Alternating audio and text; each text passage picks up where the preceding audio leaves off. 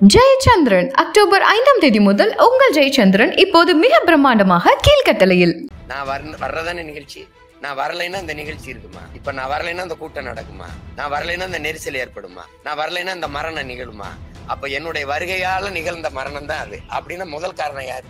நீங்க தான் பதில் சொல்லுங்களேன். அக்கட்சியோட தலைவர் எந்த பொறுப்புமே ஏற்கலையே. என்னால நடந்தது அந்த சால், அதுக்கு பொறுப்பு நான் ஏற்று வருந்திரணும். அதோட முற்றாயும். அது இல்லாம நீங்க பொறுப்பேற்கணுங்கிறதும் அவங்க இவர் தான் காரணங்கிறதும் இதை கேட்கும்போது நமக்கு கடுமையான கோபமும் எரிச்சலும் வரும். எப்படியாவது அவனை இழுத்து உள்ள கூட்டணிக்குள்ள கொண்டு வந்துடணும்னு நினைச்சுக்கிட்டு ஐயோ இது அரசு பொறுப்பு இருக்கணும். அப்ப நீ வா குஜராத் கலவரத்துக்கு, மணிப்பூர் கலவரத்துக்குலாம் நீ பொறுப்பு ஏறு. அந்த சாவுக்கு நீ ஏத்துக்க, அவர் இவரும் ஏத்துப்பாரு. மில்கி மிஸ்ட் இதுதான், இது மட்டும்தான் பன்னீர்னா ஒன்லி மில்கி மிஸ்ட்.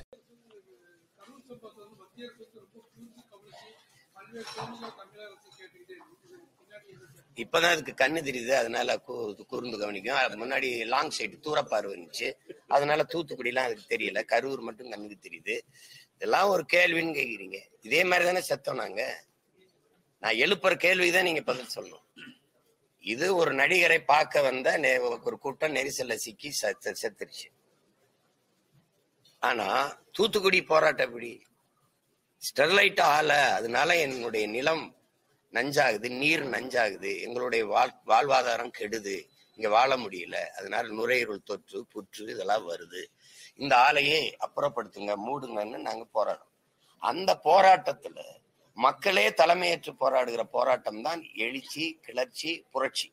அப்படிப்பட்ட ஒரு புரட்சி, மக்கள் புரட்சி. அங்க ஏதாவது ஒரு கட்சி தலைவன் முன்னாடி நின்னானா? ஒரு கொடி தூக்கப்பட்டதா?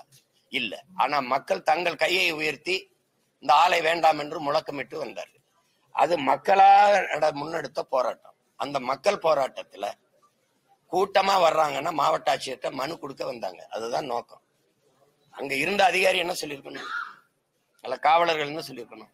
இவ்வளவு பேர் வர முடியாது, நீங்க முன்னாடி நிக்கிற ஒரு 4 பேர் 5 பேர் வந்து மனுவை கொடுங்க வாங்கன்னா கொடுத்துட்டு அழகா கோரிக்கை வச்சுட்டு போயிருப்பாங்க. அங்க ஏன் துப்பாக்கி சூடு நடந்தது? நான் கேட்கறதுக்கு யாரு மனச்சான்றோடு பதில் சொல்ல இந்த நாட்டில் யார் இருக்கா?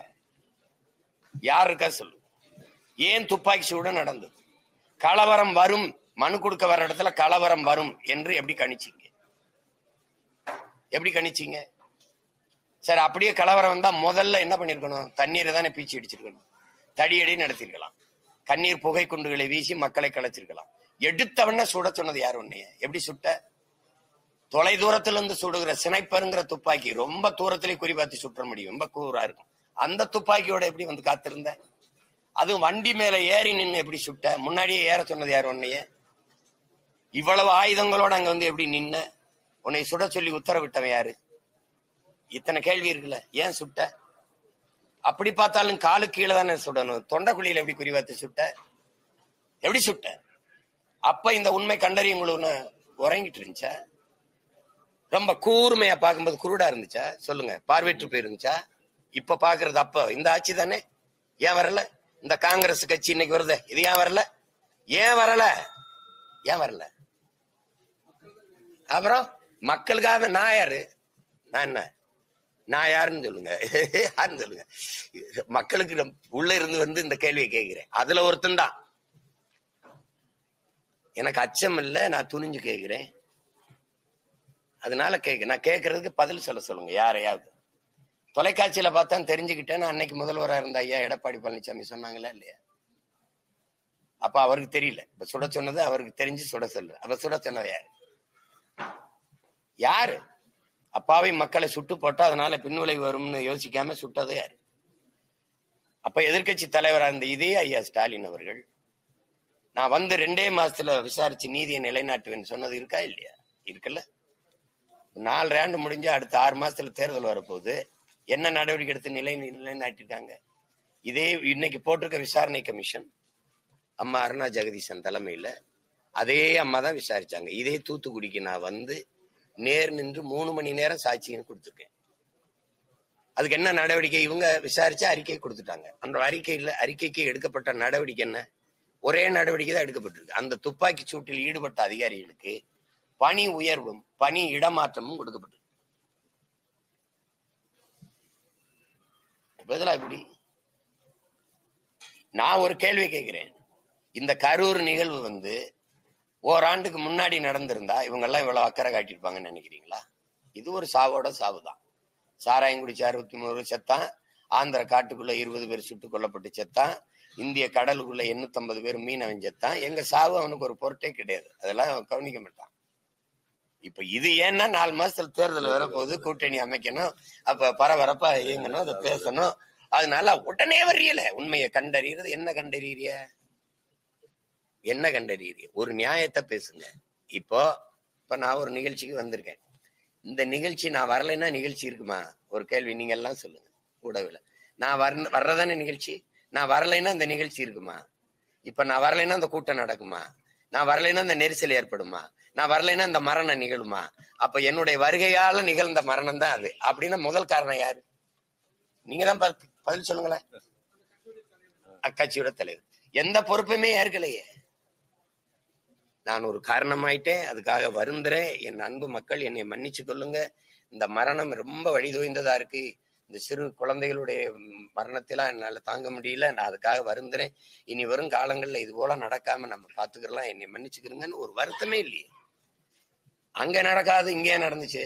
அரசு தான் பொறுப்பு இருக்கணும். எங்களுக்கு சின்ன இடத்த கொடுத்தாங்க. நீங்க எழுதி கொடுத்த இடத்துல இந்த இடம் இருந்ததா இல்லையா? நீங்க எழுதிய இடம் கேட்டீங்கல்ல, அதுல இந்த இடம் இருந்ததா இல்லையா? இருந்தது. நீங்க எழுதி கொடுத்த இடத்துல இது ஒரு இடம். அவங்க சொல்றது மற்ற இடங்கள்லாம் இன்னும் ரொம்ப குறுகலா இருக்கும். அங்க எரிபொருள் வங்கி இருந்துச்சு, ஒரு ஆற்று இது இருந்துச்சு, அது ரொம்ப பேராபத்தா ஆயிருங்கிறதுனாலதான் இதுல கொடுத்தவங்க.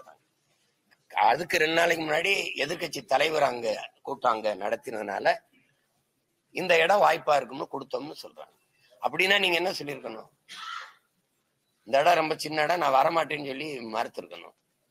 வந்த உடனே தம்பி பேசுறாரு, காவல்துறை அதிகாரிகளுக்கு நன்றி, அவங்க என்னை பத்திரமா இங்க கொண்டாந்து சேர்த்தாங்க அப்படின்னு.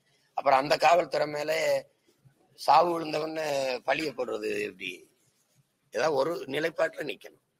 அப்ப இது என்னால நடந்தது அந்த சாவு, அதுக்கு பொறுப்பு நான் ஏற்று வருந்திரணும், அதோட முற்றாயிரும். அது இல்லாம நீங்க பொறுப்பு இருக்கணுங்கிறதும், அவங்க இவர் தான் காரணங்கிறதும், இதை கேட்கும்போது நமக்கு கடுமையான கோபமும் எரிச்சலும் வருது. ஏன்னா செத்து போயிருக்கிற வீட்டுல இந்த செய்தி போகும்போது, இந்த சண்டையை பார்க்கும்போது எப்படி இருக்குன்னா, நாங்க பணத்தை கட்டி பிடிச்சி அழுதுகிட்டு இருக்கோம், நீங்க நீங்க நீங்க சண்டை விட்டுக்கிட்டு என்ன பட்டிமன்ற மாதிரி நடத்திட்டு. நாங்க லட்சக்கணக்கா சாகும் போதும் வேடிக்கை பார்த்து திரையரங்குகளையும் மது கடைகளையும் கூட்டிக்கிட்டு இருந்த கூட்டம் தானே இது. நாங்க லட்சக்கணக்கா எங்கேயோ சாவுன்னு தெரியுது. உன் வீட்டுல இளவு விழுந்தா மட்டும், அந்த நாட்டுல என் இனம் சாகும்போது, இனம் விழும்போது நீங்க கவலைப்படல, உன் வீட்டுல ஒரு இளவு விழும்போது உனக்கு வலிக்குது. 850 மீனவனை சுட்டே கொண்டிருக்கான். அப்ப இந்த பாரதிய ஜனதா இந்த காங்கிரஸ் எல்லாம் உற்று பார்க்காம இங்க வரங்கிச்சா?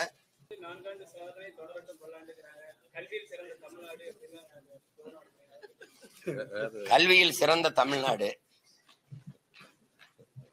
எப்படி உங்களுக்கு விளக்குறேன்னு தெரியல. எந்த கல்வியாளர் அந்த கூட்டத்துல கலந்துட்டு பேசினாங்க? இந்த நாட்டுல கல்வியாளர்கள் நிறைய இருக்கிறாங்கல்ல, அறிஞர் பெருமக்கள் அல்லது துணைவேந்தர்கள், பெரிய பெரிய இலக்கியவாதிகள், அறிஞர்கள் எல்லாம் இருக்கிறாங்கல்ல. கல்வியில் சிறந்த தமிழ்நாடுன்னு அந்த நிகழ்வுல பங்கேற்று பேசிய ஒரு அறிஞர், பங்கேற்று பேசியவர்களா யாராரு? நீங்க தான் கேள்வி கேட்கணும், நான் பதில் சொல்லணும்னு ஒண்ணும் இல்ல. பங்கேற்று பேசிய கல்வி அறிஞர்கள் எத்தனை பேர் அந்த நிகழ்வுல? முதல்வர், துணை முதல்வர், இவங்க 2 பேரும் எவ்வளவு பெரிய கல்வியாளர்கள். அதுக்கப்புறம் அந்த நிகழ்ச்சியில பங்கேற்று பேசினதெல்லாம் யாரு? திரைப்பட இயக்குநர்கள், நடிகர்கள். கல்வியை பத்தி பேசுறதுக்கு அவன் தான் வேணும், கல்லூரி விழாவுக்கு அவன் தான் வரணும், எல்லாத்துக்கும் அவன் தான் வரணும். அப்படிங்கும் போது நடிகை நாளாட துரிக்காம என்ன பண்ணுவாங்க? நீ கல்வி மாநாட்டிலேயே நீ இயக்குனர் நடிகரை கூப்பிச்சு முதல்வரும் துணை முதல்வரும் பேச வச்சுக்கிட்டு இருந்தா, அப்ப நான் நடிக்கிற திரையில வந்தவனே ஒப்பனை அழிச்சவன அரியணை. நடிக்கிற வரைக்கும் நோட்டை கொடுப்பான் வாழ்வதற்கு, நடிக்கிறத நிறுத்தினா நாட்டை கொடுப்பான் வாழ்வதற்கு. இந்த கோட்பாடு வருமா? வராது. இத படிச்சவங்க, இந்த பரம்பரை, அறிவார்ந்த சமூகம் பரம்பரை, நாகரிகம், பண்பாடு எல்லாத்தையும் உலகத்துக்கு கற்றுக் கொடுத்த பெருமை பேச்சு, மூவேந்தரின் வாரிசுன்னு பேசிட்டு இப்படி ஒரு கூட்டம். சீனா சிரிக்குது, அமெரிக்கா சிரிக்குது, உலகம் காரி துப்புது இந்த சாவுல. அங்க நாங்க விடுதலைக்கு போராடி செத்தம்டா. அந்த மரணத்துல ஒரு வரலாறு இருக்குடா. செத்தம்னா வரலாறு இருக்கு. இது என்னது? இது இது என்னது? இது மாஸ் மாசா தூசாது என்ன மாசு? ஆத்துல அழகர் இறங்கினாலும் 10 லட்சம் பேர் கூடுறான். சரி, இது தெய்வ வழிபாடு. இது என்ன வழிபாடு? இதை ஊக்கப்படுத்துறது நீங்க எல்லாம் தான் காரணம்.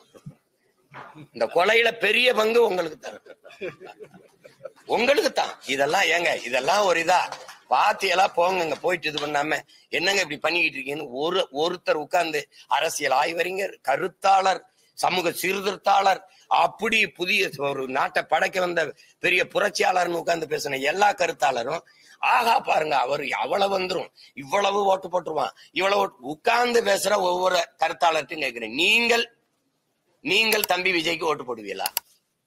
கேள்வியாதான் இந்த உட்கார்ந்து பேசுற கருத்தாளர்கள்ட்ட கேட்கிறேன், நீங்க போடுவீங்களா? போடுவீங்க. ஏன் போடுவீங்க சொல்லுங்க. இதுக்காக போடுவேன். அவர் வைக்கிற இந்த கருத்து, இந்த கோட்பாடு, இந்த செயல்பாடு, இதுக்காக போடுவேன். சொல்லுங்க, மக்களுக்கு சொல்லுங்க. போட மாட்டிய அப்படின்னா ஏன் போட மாட்டீங்க அதையும் சொல்லுங்க. சும்மா உட்கார்ந்து கிழிச்சு வச்சுக்கிற மாதிரி உனக்கு நல்ல காலம் பிறந்துரும், இது வந்துரும், இது போயிடும், என்னடா குடுகுடுப்புக்கார மாதிரி போயிட்டு. இதெல்லாம் அரசியல் ஆய்வா? இதெல்லாம் நல்ல கருத்தை விதைச்சு நாட்டை, நல்ல வளமான நாட்டை உருவாக்குற சிந்தனையாளர்களா? உட்கார்ந்து பேசினா வெளியில வரும்போது 2000 கொடுப்பான். தானியில வந்தீங்கன்னா, ஆட்டோல வந்தீங்கன்னா அது காசு கொடுப்பான். இதா கேவலம், கேவலம். இதெல்லாம் உட்கார்ந்துக்கிட்டு காலையில இருந்து கிளம்பிட்டார், இந்த போயிட்டு இருக்காரு, இந்த ஏறிட்டார், இந்த திரும்பிட்டார். அவன் இது பெருமையா கருதிட்டான். நீங்க பேசும்போது கூட்டம்லாம் அவோ இதுல பங்கு, அவோ ஐயோ ஐயோ அப்படின்னு அது ஒரு பெருமையா, பர்சனாலிட்டியா மாத்தி விட்டீங்க, சமூக மரியாதையா மாத்தி விட்டீங்க. எதுக்குடா வந்தவொடனே பாடுறா, எதுக்குடா காலையில இருந்து 8 மணில இருந்து இரவு 7 மணி வரைக்கும் நின்றுகிட்டு இருக்கான்னு ஒருத்தன் கேட்கல. இது என்னது? இல்ல அவர் பேசும்போது, அவர் மாநாடு நடத்தி நாற்காலி போட்டு பேசும்போது கூட யாராவது உட்கார்ந்து கேட்டிருக்கீங்களா? யாராவது பார்த்திருக்கீங்களா? உட்கார்ந்து யாராவது கேட்டு பார்த்திருக்கீங்களா? அவர் பேசுறதையாவது கேட்டு பார்த்திருக்கீங்களா? ஒரே சத்தம் போட்டுக்கிட்டே இருப்பாங்க. அது முதல் நாள் திரையரங்குல அவர் நடிச்ச படத்தில் முதல் காட்சி பார்க்க வர்ற ரசிகன், அவனும் படம் பார்க்க மாட்டான், அடுத்தவனையும் பார்க்க விட மாட்டான், கத்திக்கிட்டே இருப்பான் தானே. அதனால அவன் ரசிகர் கூட்டமா இருக்கும்டா, முதல் நாள் காட்சியை பார்க்க முடியாதுன்னு போக மாட்டான். அதேதான் நடக்குது. அந்த திரையரங்குல முதல் காட்சி பார்க்க கூடின கூட்டம் தெருவில் அவர் வரும்போது பார்க்க வருது. இததான் எங்க அப்பா மணியரசு தெருக்கூத்துன்றது. வித்த தானே இது. நீங்க ஏற்கனவே இருங்க, ஐயா கேட்ட கேள்விக்கு சொல்றேன். ஐயா, நீங்க கேட்டீங்கல்ல, விண்வெளியில கடற்கரை, சென்னை கடற்கரையில ஒரு வித்த காட்டினாங்க பாத்தீங்களா? நாங்க பாருங்க இவ்வளவு இது வச்சிருக்கோம், விமானம் வச்சிருக்கோம்ல. நான் கேட்டேன், இவ்வளவு எல்லாம் வச்சிருக்க, நாங்க இந்த கடலுக்குள்ள சாகும்போது நீ என்ன பண்ணிட்டு இருந்த? அப்ப ஒண்ணு செய்ய, 15 நாளைக்கு ஒரு தடவை இந்த கடலுக்குள்ள இந்த வித்தையை காட்டு, சிங்களம் அதை பார்த்துட்டா பயந்துட்டு தொடாமையாவது இருக்கான்ட்டு மொத்தமா வித்த காட்டுன்னு வந்து அதுல 15 பேர் செத்து போனான்ல. அப்ப உத்து பார்க்காம என்ன பண்ணிட்டு இருந்த? ஏன்னா நீ வித்த காட்டின, அதுக்கு வித்தக்காரன் நீ, இதுல வித்தக்காரன் என் தம்பி. அதனால இந்த சாவு உனக்கு நல்லா,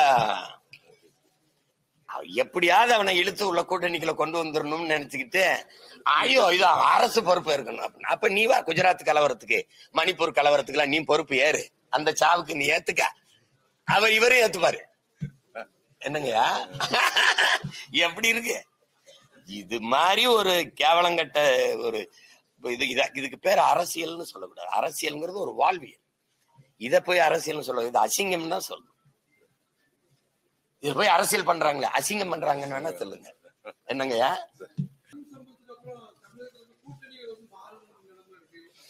அது மாறுது நாறுது, அது பிரச்சனை இல்லை. நான் சொல்லிட்டேன் என் நிலைப்பாட, நான் தனிச்சு போட்டிட்டுட்டேன். 100 குறைஞ்சது ஒரு 50-60 தொகுதி தான் இருக்கு. தேர்வு பண்ணிட்டு February 7ஆம் தேதி மாநாடு இருக்கு. அதுல மொத்தமா எல்லாரையும் அறிவிக்கும்.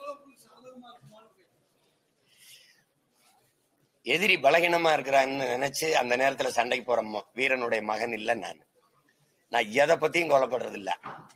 20 நாடுகள் எதிர்த்து நின்ன போத பயப்படாம நின்று சண்டை ஓட்ட வீரனுடைய மகன் நான். எனக்கு அதெல்லாம் இல்லை. என்னை தோல்ல கை வச்சு ஊருக்கு அனுப்பும் போது சொன்ன வார்த்தை, சாக துணிஞ்சிருங்க, எல்லாம் உங்களுக்கு சாதாரணமாயிரும். அந்த சத்திய வார்த்தையை ஏற்று களத்தில் நிக்கிற மகன். எதை பத்தியும் கொலைப்பட மாட்டேன். நீங்க வீழ்வீங்க, நான் எழுவேன் அப்படின்னு இல்லை. எதிரியின் தோல்வி எனக்கு முக்கியம் இல்லை, என்னுடைய வெற்றி தான் என் இலக்கு. புரியுதா? அவன் சாகணுங்கிறதல்ல, நான் வாழணுங்கிறதா என்னுடைய இலக்கு. அதுக்கான போராட்டம் தான் என்னோடது. அதனால எப்பவுமே நாங்க நேர்மறை சிந்தனையில தான் இருப்போம். நாங்க வெல்லணும், வளரணும், நாங்க வளரணும், வெல்லணும், இதுதான் முக்கியம். அடுத்த திராவிடம் ஒழிக, திமுக ஒழிக, அதிமுக தமிழ் தேசியம் வளர்க, வெல்க, நாம் தமிழர் வெல்க, இதுதான் நாங்க நினைப்போம். அந்த மாதிரி அடுத்தது இதெல்லாம் கவனம் கிடையாது. நான் இன்னைக்கு நேத்தா 16ல போட்டியிட ஆரம்பிச்சேன், தேர்தல் அரசியலுக்கு வந்தேன். 1.1 4.5 லட்சம் வாக்கு வாங்கின ஒரு கட்சி உயிரோட இருந்திருக்கா பாருங்க. ஏதாவது திரும்பி எந்த தேர்தலையாவது போட்டிடாம சீமான் பின்வாங்கிட்டான்னு சொல்லுங்க பாப்போம். இப்ப என் தம்பி டிவிக்கே டிஎம்கே ரெண்டுக்கு தான் போட்டின்றாப்ல. அப்ப ஈரோடு கிழக்குல இந்த டிவிக்கே எங்க வச்சு டிவிக்கே போயிடுச்சா? அன்னைக்கு என்டிகே டிஎம்கே 2 தான் இருந்துச்சு. எல்லாரும் போயிட்டான். மேல ஆண்டு ஒன்று இருக்க பிஜேபி வரல, இங்க எதிர்கட்சி இருந்த கட்சி ஏடிஎம்கே வரல. நேரடியா ஐயா ஸ்டாலின், சீமான் 2 பேர் தான் போட்டி. உங்களுக்கு விளக்குதா? 2 பேர் தான் போட்டிட்டோம். அன்னைக்கு என்னுடைய விவசாய சின்னத்தை கூட தரல, வேற வழி இல்லாம அதே மைக்கிலே போய் நின்னேன். அவங்க பல ஆண்டுகளா இருக்க 75 ஆண்டுகளா வச்சிருக்கிற உதயசூரியன் சின்னத்துல நின்னாங்க. எல்லா கட்சி கூட்டணி, காசு, கள்ள ஓட்டு, அப்படி இருந்து என்னை நான் 16 விழுக்காடு தொட்டேன். 25,500 ஓட்டு போட்டாங்க மக்கள். அதெல்லாம் நான் எப்பவுமே கவலைப்படுறது இல்லை. அதனால இந்த தேர்தலில் போட்டிடுவோம். ஜெயச்சந்திரன் அக்டோபர் 5ஆம் தேதி முதல் உங்கள் ஜெயச்சந்திரன் இப்போது மிக பிரம்மாண்டமாக கீழ்கட்டளையில். மில்கி மிஸ்ட் இதான், இது மட்டும்தான். பன்னீர்னா only Milky Mist. மின்னம்பலம்.com தமிழின் முதல் மொபைல் பத்திரிகை.